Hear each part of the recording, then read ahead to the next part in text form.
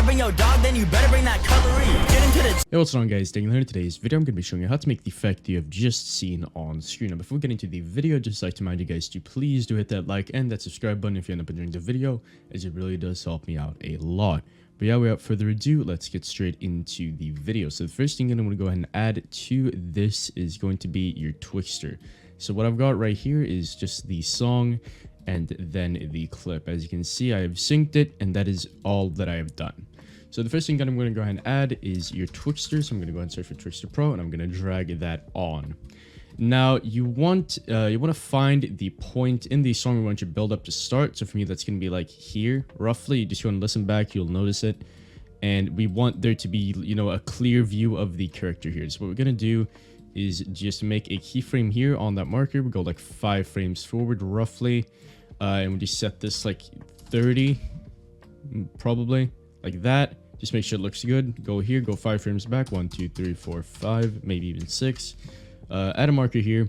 Go to this beat we want the kill to happen. And then we just turn this up until we have the kill. It's going to be about 500 for me. Then go like 2 frames forward. 1, 2. Set that to 50. And then go ahead and render all of this out. Just go ahead and render it out just like normal. And I'll see you guys once I'm done with that. Alright, I am now gone ahead and rendered it out. So essentially, it should look something like this. You should replace the video track with the new video track you just rendered out. On the render, just go and delete all the audio and just go ahead and replace just the video track with the rendered out version. So now we just have the Twixtor slow-mo and then the kill. So now what you're going to want to go ahead and do is mask out this part in between the markers. So just go ahead and do that. Obviously, you can do whatever method you want to do. You can import it into After Effects, rotoscope it, or you can manually make the mask right here. Obviously, the mask doesn't need to be perfect, but it does need to sort of resemble the character's shape. So you don't have to make it pixel perfect, but at least make it passable. So yeah, just go ahead, and if you're doing it on Vegas, just go ahead and make a new video track. Just go and drag that up, split in between here, and then just go ahead and mask this part out, and I will see you guys once I'm done with that. All right, and here we go. I now have this up here. So now we're gonna get started on adding the effects to this mask. Alright, the first thing we're going to add is edge detect. So just go into your video effects tab and search for edge detect. Just go ahead and drag the default on there. Make the brightness like 0.95, 0.9, something like that. And then just go ahead and make sure that both of these are on 0 and that all of these are on 2, just like that. Now we're going to go ahead and add Clouds Psycho. So just go ahead and search up here, go to Clouds Psycho, go ahead and drag default on there. Now go to the very bottom and set that to mult. Now go up here, set the frequency to 5,19, set that to 0.43, set that to 8, and all of this should be left as it is. Next, go ahead and go into your video effects tab and search for glow. So just go ahead and add glow to this, just add default. Brightness to, set the color to an orange shade, so roughly like that. Yeah, I think that's about right there. Now we're gonna go ahead and do is add some edge rays to this as well. So edge rays right there, just at default, set the edge rays length to like 0.3 roughly. And set the rays color to the same tint as the glow. So just go and copy those values, paste it in there, and you should be good with that. Now that is really all you need to change for the edge rays. And the last thing I'm going to add is some slight flicker, just to sort of make it, flow better, and just sort of add some like motion to it, I'd say. And yeah, now you have this essentially. So I'm just double check that all these values are right. I obviously have a notepad on my second monitor here, so that I can actually make sure to give you guys the right values. And yeah, that should be good. So now what we're going to go ahead and do is actually work on the build up behind this. So what you're going to go ahead and do is just go down here, click split that, go into your video effects tab and search for VHS. So now from here, I think we're gonna add maybe this. maybe not actually. I think we might add, yeah, I think this is much better. So now for this, what we're going to go ahead and do is just sort of fade it in here. It just went to my second monitor for some reason.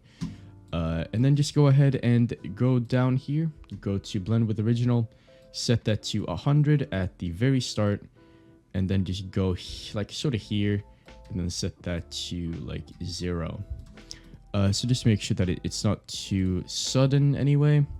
Hopefully it shouldn't be. Maybe we even do something like that. And after that, we should really be good to go. I might have actually added 2 VHS. I have. So right here, we should be good. Now the next thing we want to add is warp transform. So this is a bit tricky. We're going to add the exact same values to both the actual this and the background. So what we're going to do is just get warp transform, just go like 2/3 in, just set, let me just make sure I have the right values here. That's opened up on another monitor here. And just make sure that we have like very, very late, like sort of here, we have this warp transform set to 1,21 up here, and the shear X is set to 0,15. Now just go ahead and keyframe both of those. Just go to the, just make sure to add a keyframe there. Just go like here roughly, and then set that to 0 and 1. Now go ahead and set these to smooth, set these to smooth as well, and go ahead and copy these keyframes, drag them to the end. And now it should look like that. Alright, so now that you have finished the warp transform, I'm going to go ahead and do the exact same thing to the top layers. Just go ahead and go to the same keyframe right there, set it to 1,21, and the shear X is at 1.5 right there. Just go ahead and keyframe both of those right there. Go ahead and go to this part right there. Go ahead and add another pair of keyframes, set that to 1 and 0. Go ahead and just make these smooth, copy those over there, and set these to smooth as well. And now the sort of thing should just follow along here perfectly. Just make sure that the last keyframes are at the end. I think it might have messed up for me there somehow, but do make sure that they are at the end. And now after that, there's not really much else we need to do except for the impact. I would recommend though to maybe turn down the opacity to this. I do think it looks a whole lot better for me personally if I turn down the actual opacity for this. So now what I'm going to go ahead and show you is the impact. So the first thing I'm going to go ahead and add is just my normal RGB impact right there. It's going to be this essentially. So as you can see, it is just this impact. Just go and use the one you have. There's also going to be a couple free ones in the description that you can go ahead and use. I am going to show you how to make the Shockwave ring, however, that I've been using in a couple of my last videos. I have already made a tutorial on it, but I didn't really use the best settings whatsoever. I sort of rushed it because it was a new effect at the time, quote unquote, for the highlight com anyway. So I just sort of rushed that, but I'm going to show you some better values here. So I'm going to go ahead and add the main impact plus Shockwave. I have it preset right there. Let me just go ahead and find it right here. So first of all, you want to put the BCC ripple below all of your effects. This is going to make the actual ripple, if you pay attention, it's going to actually shake with the rest of the screen, and it's going to look a whole lot better. So right here, as you can see on the first keyframe right here, we want the radius to be 300. We want the inside radius to be 200. So we want a difference of 100 there, and we want the fall off to be negative 100. And as you can see, I have set these keyframes to be fast, and they go essentially to the end of the clip. If it actually looks very smooth if you make it look fast and then just drag it to the very end. And it doesn't look too fast, and it just sort of looks like they're chill, sort of. And yeah, that is really about it. Just make sure to put that underneath all of the plugins, and after that, you should be good to go. Now we can move on to the actual sound design. All right, I'm gonna go ahead and explain the echo effect a bit clearer, because when I did in the initial take, it just didn't really work that well. So this is me just after I'm editing the entire thing. So essentially, you've got your track sort of like this. What you're gonna want to go ahead and do is just split on both of these markers. You want this one to be like a bit before the impact. Just drag that down, drag that out a bit, drag that like that. and then drag it a bit out, fade that in, fade this out, fade that in like that. Just make sure that they're on the same fade. Set this to a slow and this to a fast, like that. And then just make sure that it looks roughly like this essentially. And after that, just go and apply ambience. Just click on the track right here, track effects. Click on that, click on ambience, and then just go ahead and click on open, and then just double click on the preset that is in the description. Now, it might not sound great. Just go and take around with the settings, of course, until you get something that you're happy with. Now there is one last effect we're gonna add. This is a very old overhead buildup.